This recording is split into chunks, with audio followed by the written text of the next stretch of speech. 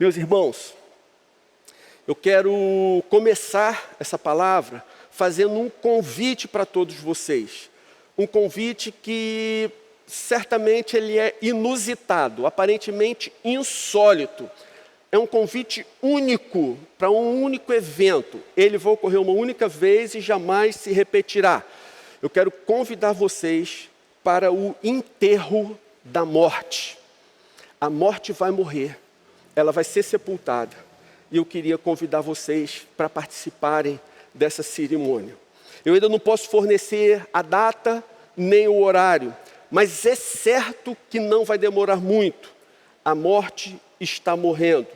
Ela está morrendo aos poucos, mas ela está morrendo e não há como escapar. Nesse dia, nessa cerimônia, eu peço que vocês não venham vestidos de luto, nem com roupas sérias ou sombrias. Venham o mais informal possível. Todos aqueles que conhecem música, tragam seus instrumentos. As cornetas serão bem-vindas. Quanto mais alarde, quanto mais barulho nós fizermos nesse dia, melhor. Pulem, dancem, levantem as mãos para o alto. Mexam-se à vontade. Em qualquer outro enterro, isso seria impossível. Mas no enterro da morte, tudo é possível. O enterro da morte vai ser um dia de festa, não de dor. Não tenham dúvidas, a morte vai morrer. Além de ser um fato absolutamente lógico para todos os cristãos, ele está registrado de maneira literal. Quando a Escritura diz, o último inimigo a ser destruído é a morte. E desde que subiu aos céus e assentou-se à direita de Deus, Jesus está colocando debaixo dos seus pés todos os poderes do mal.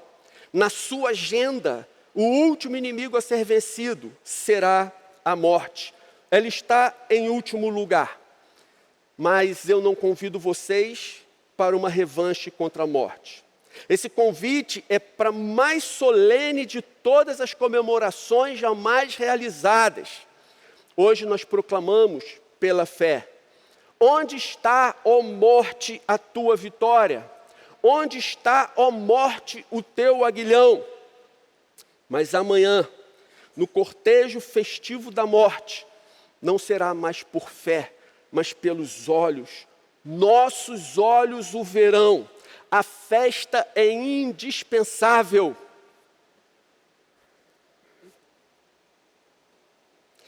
Lembrem-se de quantas vezes vocês foram aos cemitérios desse mundo para sepultar debaixo de muita dor e lágrimas o cônjuge de tantos anos ou o filhinho ainda tão jovem. Naquele tempo era a vez da morte. Mas por ocasião da morte, será a nossa vez. Se vocês ainda têm alguma dúvida, leiam o que está registrado na penúltima página da Bíblia. Não haverá mais morte, nem lamento, nem choro, nem dor, pois a antiga ordem já passou. Apocalipse capítulo 21, versículo 4. Meus irmãos, fiz uma pequena adaptação de um pequeno texto publicado pelo pastor Elbelen César na revista Ultimato.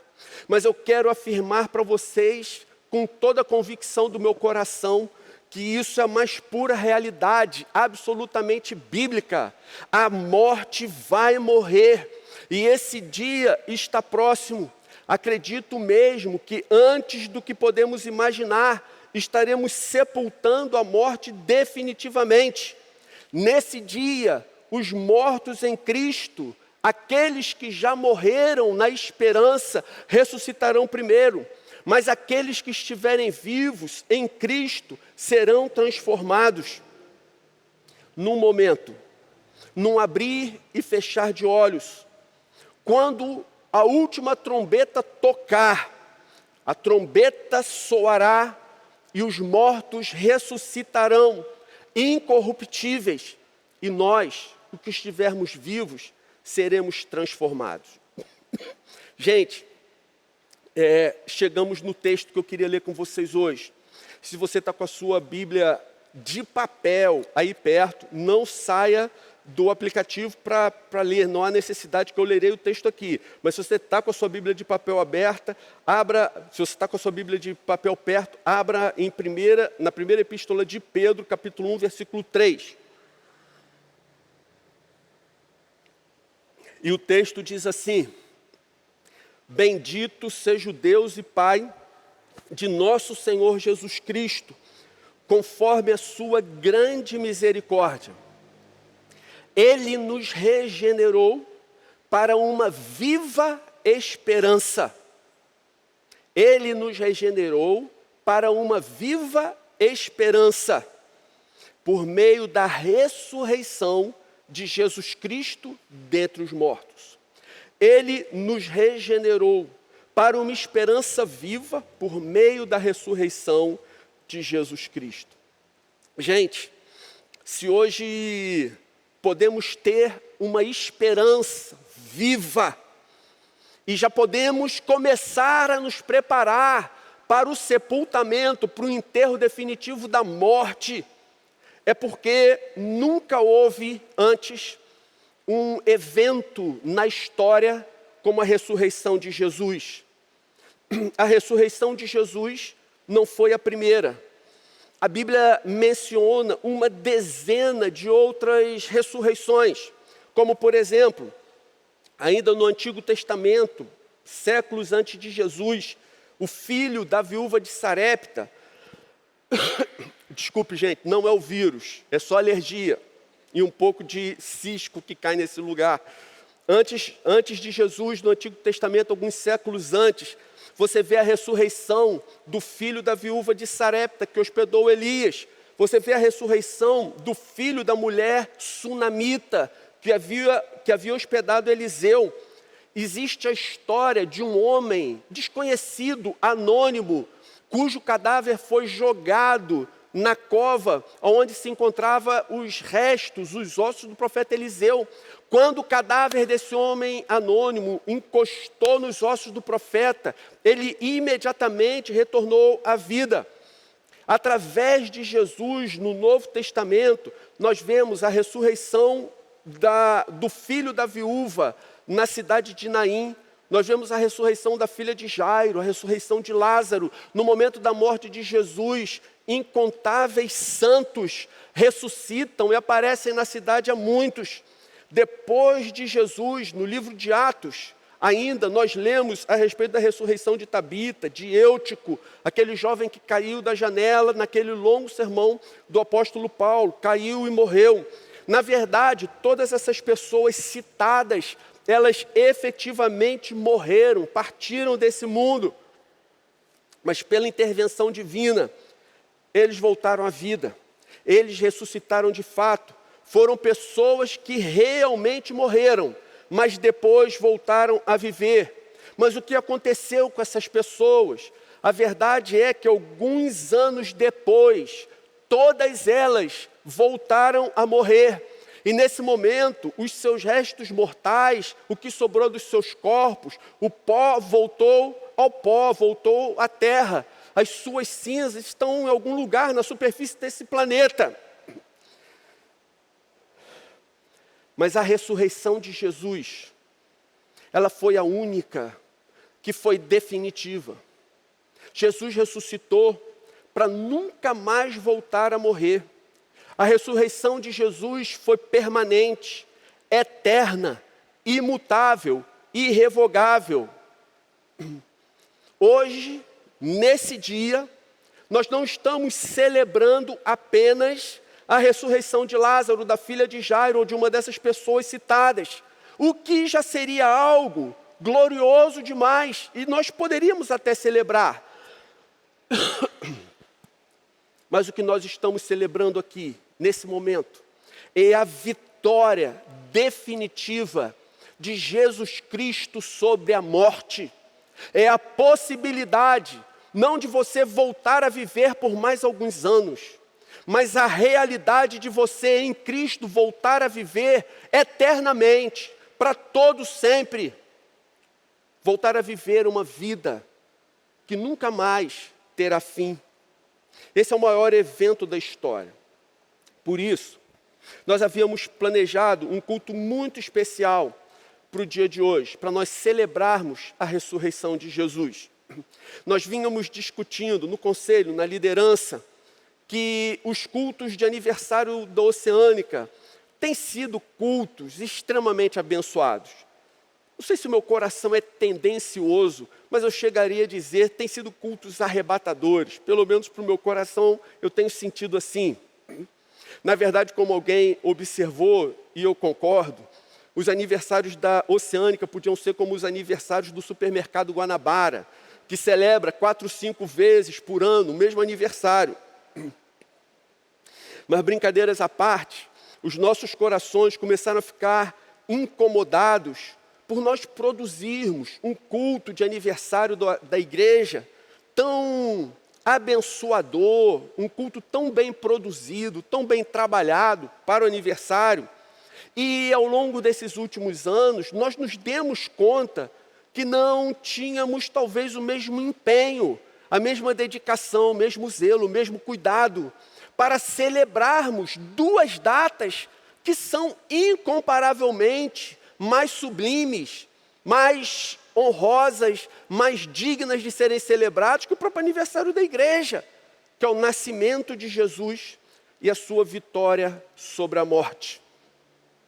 Então nós viemos pensando de que maneira nós faríamos isso, como nós poderíamos fazer um culto de celebração da ressurreição, ainda mais abençoador, ainda mais bem produzido do que os cultos de aniversário. Isso estava no nosso coração e a gente já vinha trabalhando nisso há alguns meses. Mas Deus tinha outros planos. Fabinho, nosso supervisor querido, me mandou uma mensagem ontem em que ele dizia assim, para consolar meu coração a respeito disso. Ele dizia, o Senhor sabia do seu desejo de fazer esse culto especial, bem produzido.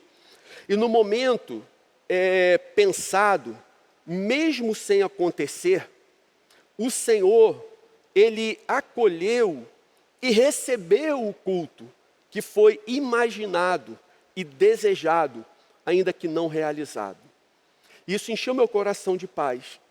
Irmãos, isso é uma verdade absoluta. O Senhor conhece o nosso coração. E aí Ele recebe, ou não, o culto que nós lhe prestamos, na intimidade das nossas almas. Então esse dia nos alcançou, vivendo nós uma situação com certeza inimaginável. Ninguém poderia supor, 2, 3 semanas antes desse isolamento, que nós viveríamos o que estamos vivendo nos dias atuais. O que a gente imaginava era que hoje, nesse instante, nós estaríamos aqui com a tenda absolutamente abarrotada de gente, disputando lugar para adorar a Deus, para louvar e para se render a Jesus. Mas o Senhor tinha outros planos. Então, de fato, as circunstâncias mudaram e mudaram muito. Hoje, o que nós encontramos? Nós encontramos uma sociedade dividida. Uma grande parte, talvez a maioria da sociedade, está profundamente amedrontada, aterrorizada, sem saber o que esperar do futuro, sem saber a quem recorrer. Por outro lado, uma outra parte age como se nada de anormal estivesse acontecendo. Desprezam todas as ameaças que a doença coloca diante de nós, desprezam o vírus e agem sem se importar com seus vizinhos, com seus colegas e com a sua própria família. E nesse momento, Deus olha para o nosso país e pergunta, minha igreja, onde você está? Cadê você, minha noiva? Na live de quarta-feira, eu tive a oportunidade de dizer que Deus ousou parar o mundo porque Ele queria falar com a igreja. Deus queria falar com muita gente, mas Deus tem nesses dias uma mensagem especial para a sua noiva, para a sua igreja. Essa é a realidade, gente. Deus não está tão preocupado com os políticos em Brasília. Deus não está tão preocupado com os economistas da Bolsa de São Paulo. Deus não está tão preocupado com a indústria farmacêutica que está desesperada em busca de um remédio seguro, garantido, ou de uma vacina contra o vírus. Quanto Deus está profundamente interessado em tratar a sua igreja. Por quê? A verdade, irmãos, é que Jesus veio, morreu e ressuscitou para que os seus filhos tivessem o perdão dos pecados, a possibilidade de recomeçar as suas vidas e uma esperança para o futuro. Jesus veio para nos conceder o perdão dos pecados, a possibilidade de recomeçarmos nossas vidas e nos dar uma esperança para o futuro. E nós, apenas nós, somos portadores dessa mensagem. Deus nos preparou precisamente para esse momento da história. Deus tratou de todas as circunstâncias para te colocar você no lugar em que você está agora. Você foi preparado, lapidado para estar no lugar aonde você está, colocado especialmente por Deus, para viver esse momento exclusivo, excepcional que a história nos apresenta. Assim, parte de Deus é a exortação em que Ele fala: desperta, ó tu que dormes, levanta-te dentre os mortos e Cristo resplandecerá sobre ti. Efésios 5,14. Deus está dizendo: igreja, eu preciso que você saia do seu sono. Igreja, eu quero que você acorde. Eu quero tratar com vocês. Eu quero usar vocês. Eu quero falar com vocês. Ora, gente, o Deus a quem servimos é o único capaz de perdoar o nosso passado, de nos encher de coragem para vivermos o presente e de nos dar uma viva esperança para enfrentarmos o futuro. No texto que lemos, Ele nos regenerou para uma viva esperança por meio da ressurreição de Jesus Cristo. A ressurreição de Cristo, ela nos proporciona uma esperança viva. E no mundo sufocado pelo pecado, pela insegurança, pela dor, a esperança é o único oxigênio da alma. A esperança é o oxigênio que as nossas almas precisam.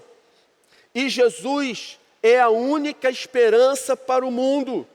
E a igreja é o único meio pelo qual essa esperança será levada. Irmãos, que coisa tremenda. O mundo está desesperado. Da mesma maneira que alguém que se afoga busca por oxigênio, o mundo desesperançoso busca por algo que venha lhe dar um sopro de esperança. E nós conhecemos aquele que é o único capaz de dar esperança para o mundo. E vejam, irmãos, nós somos o único meio pelo qual essa esperança será levada. Dito isso, gente, vamos às aplicações. 2 aplicações apenas. Primeira aplicação: consolide sua esperança através da ressurreição de Jesus. Consolide sua esperança através da ressurreição de Jesus. O que isso quer dizer, gente?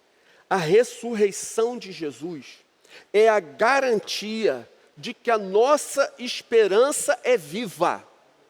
A ressurreição de Jesus é a nossa garantia de que nós não esperamos em vão.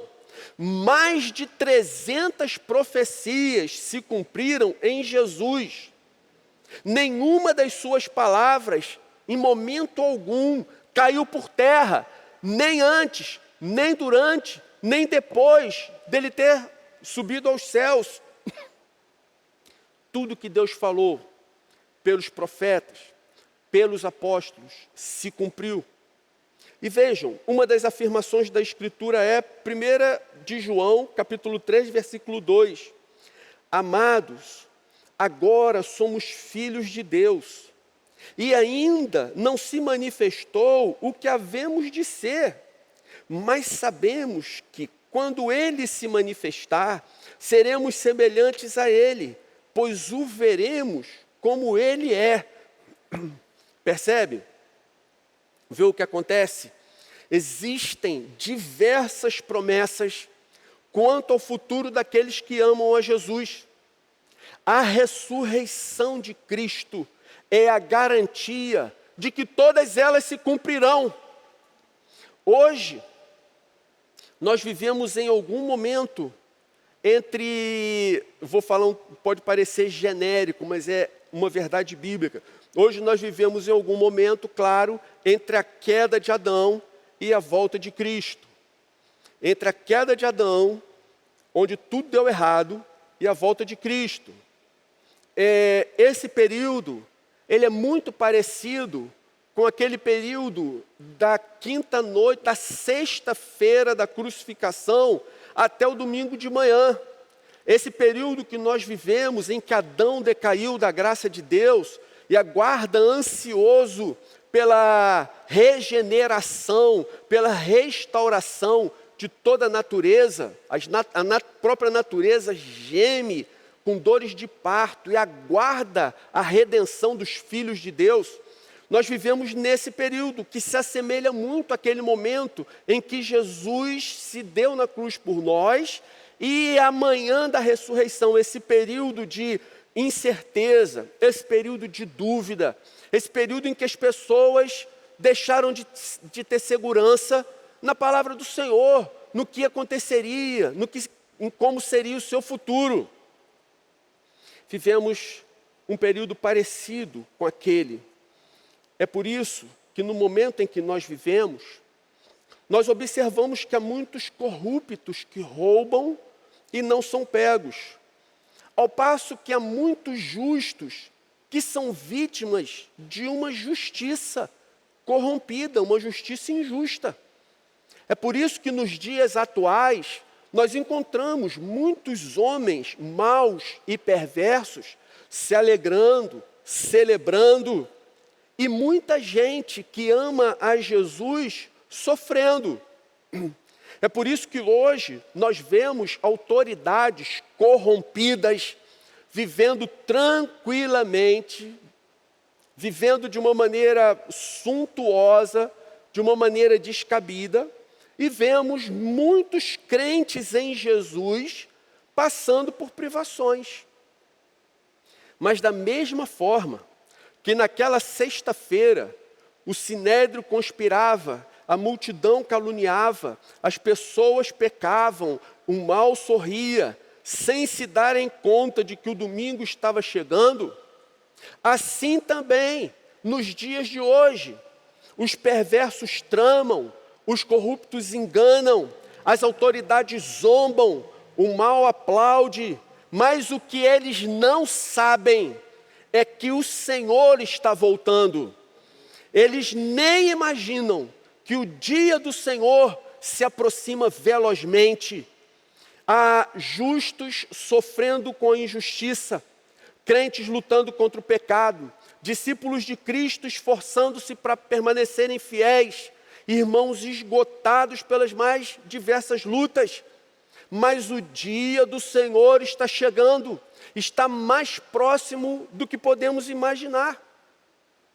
Você tem sofrido, se sentido abatido, cansado de lutar.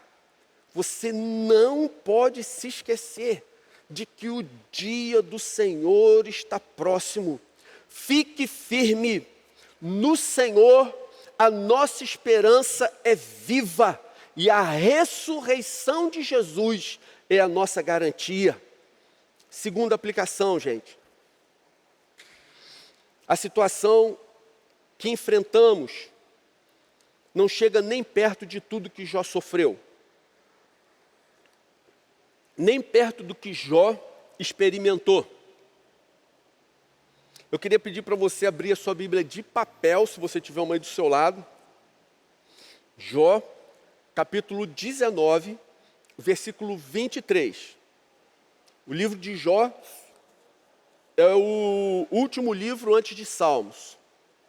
Jó, Salmos e Provérbios.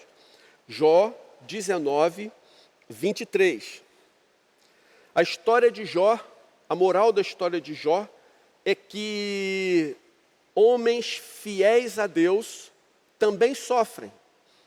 Deus ousa colocar alguns dos seus servos mais fiéis em provações duras, difíceis. Então a história de Jó, lógico que vale a pena você ler e conhecer toda a sua história, como a Bíblia ensina, vale muito a pena você ler todo o livro de Jó nesses dias, se você tiver tempo. Mas a história de Jó é de um homem muito bem sucedido, com uma família abençoada, amigos, um enorme patrimônio, e de repente Satanás Satanás chega na presença de Deus e diz: Jó, ele só é fiel a ti porque o Senhor abençoou a sua vida, o Senhor deu tudo a ele. E aí Satanás diz para o Senhor: olha a família dele, olha a riqueza dele, olha o patrimônio acumulado, ele tem tudo, apenas por isso ele te louva, apenas por isso ele é fiel a ti, apenas por isso ele te adora, apenas por isso ele é grato a ti. Então Deus falou: tá bom, pode tocar nele, tira essas coisas. Jó é meu servo fiel, eu conheço seu coração, eu sei quem é. E Deus permitiu que Satanás colocasse Jó à prova. E a história é que, num primeiro momento, ele perde toda a sua riqueza, todo o seu patrimônio, todos os seus amigos, para logo a seguir ter que enfrentar a morte de todos os seus filhos. E chega num momento que ele perde toda a sua saúde, ele é acometido de dores terríveis, de pragas terríveis. E os seus próprios amigos e a sua esposa se voltam contra ele, não entendem essa questão de Deus permitir que pessoas fiéis sejam colocadas à prova e começam a acusá-lo. Dizem: Jó, se você está passando por tudo isso, não é possível. Você fez alguma coisa terrível contra Deus. Deus deve estar tremendamente irado contra você. E Jó permanecia firme, Jó permanecia fiel. Jó permaneceu fiel ao Senhor durante todos os seus dias. Mas num determinado momento desse debate com seus amigos e com sua esposa, ele diz o seguinte, Jó, capítulo 19, versículo 23. Quem dera as minhas palavras fossem registradas, quem dera fossem escritas num livro, fossem talhadas a ferro no chumbo ou gravadas para sempre na rocha. Eu sei que o meu Redentor vive e que no fim se levantará sobre a terra. E depois que o meu corpo estiver destruído e sem carne, eu verei a Deus. Eu o verei com meus próprios olhos, eu mesmo e não outro, como anseia no meu peito o coração. A segunda aplicação que eu quero trazer para vocês é: espalhe o vírus da esperança. Enquanto a sociedade está aterrorizada com o vírus Covid-19, coronavírus, espalhe o vírus da esperança. Ao invés de você se posicionar atemorizado, aterrorizado, desesperançado, amedrontado, acovardado, assuma uma posição. Comece a espalhar o vírus da esperança. Vejam, Jó não apenas não se deixou abater pelas circunstâncias dificílimas que ele estava atravessando, mas ele permaneceu firme em sua fé. Em meio a toda calamidade, em meio a toda dor e sofrimento, Jó contagiava as pessoas à sua volta com a sua viva esperança. Enquanto ele era acusado de ter cometido algum pecado grave contra Deus e agora receber o castigo do seu pecado. Ele sofria por ser fiel. Enquanto o acusavam, Jó levanta a voz e diz: eu sei que o meu Redentor vive. Por fim, ele há de se levantar sobre a terra, e ainda em minha pele, na minha carne, eu o verei, os meus olhos e não outros o verão. Gente, veja se você concorda comigo. Assim como uma pessoa murmuradora, crítica, desgostosa, pode influenciar aqueles que a cercam, aqueles que possuem uma viva esperança, também contagiam aqueles que se aproximam. Aqueles que são murmuradores, aqueles que vivem reclamando, eles têm essa capacidade de derrubar o coração, o ânimo, a motivação daqueles que vivem com ele. Mas, por outro lado, aqueles que têm efetivamente uma esperança viva no seu coração e na sua alma, esses conseguem contagiar aqueles que convivem com ele, aqueles que se aproximam dele. Quero dizer para vocês que a nossa esperança, ela não é motivada pela força do pensamento positivo. A nossa esperança não precisa de frases de efeito motivacionais. A nossa esperança não depende das circunstâncias do momento que estamos vivendo. A nossa esperança é viva, nossa esperança é sólida, ela é eficaz, ela é consistente, porque ela está fundamentada, alicerçada, firmemente atrelada à ressurreição de Jesus. A nossa esperança, ela está vinculada ao maior evento de toda a história. Por isso, a nossa esperança é altamente transmissível. A nossa esperança é extremamente contagiosa. E no mundo amedrontado, inseguro e sem esperança, nós precisamos urgentemente contagiar as pessoas com o vírus da esperança viva. Eu quero concluir dizendo que é por isso que nós podemos, desde já, convidar nossos amigos de oração, nossa família, todos a quem amamos, todos aqueles a quem Deus colocar no nosso caminho. Nós podemos convidar todos eles para a cerimônia de sepultamento da morte, porque a morte vai morrer. Nós levamos o Deus da esperança viva dentro de nós. O mundo não sabe a quem recorrer, mas nós temos a resposta. Nós não temos o direito de retê-la. O mundo precisa ser contagiado pelo vírus da esperança viva. Aí na sua casa você pode dizer amém? Vamos fazer uma oração? Senhor, ajuda-nos a vivermos essa realidade. O Senhor nos restaurou para uma viva esperança pela ressurreição de Cristo, mediante a ressurreição do Senhor. E esse fato, Senhor, tem enchido nossos corações, tem enchido nossa alma, tem completado a nossa vida, tem nos feito plenos. Agora, ajuda a gente a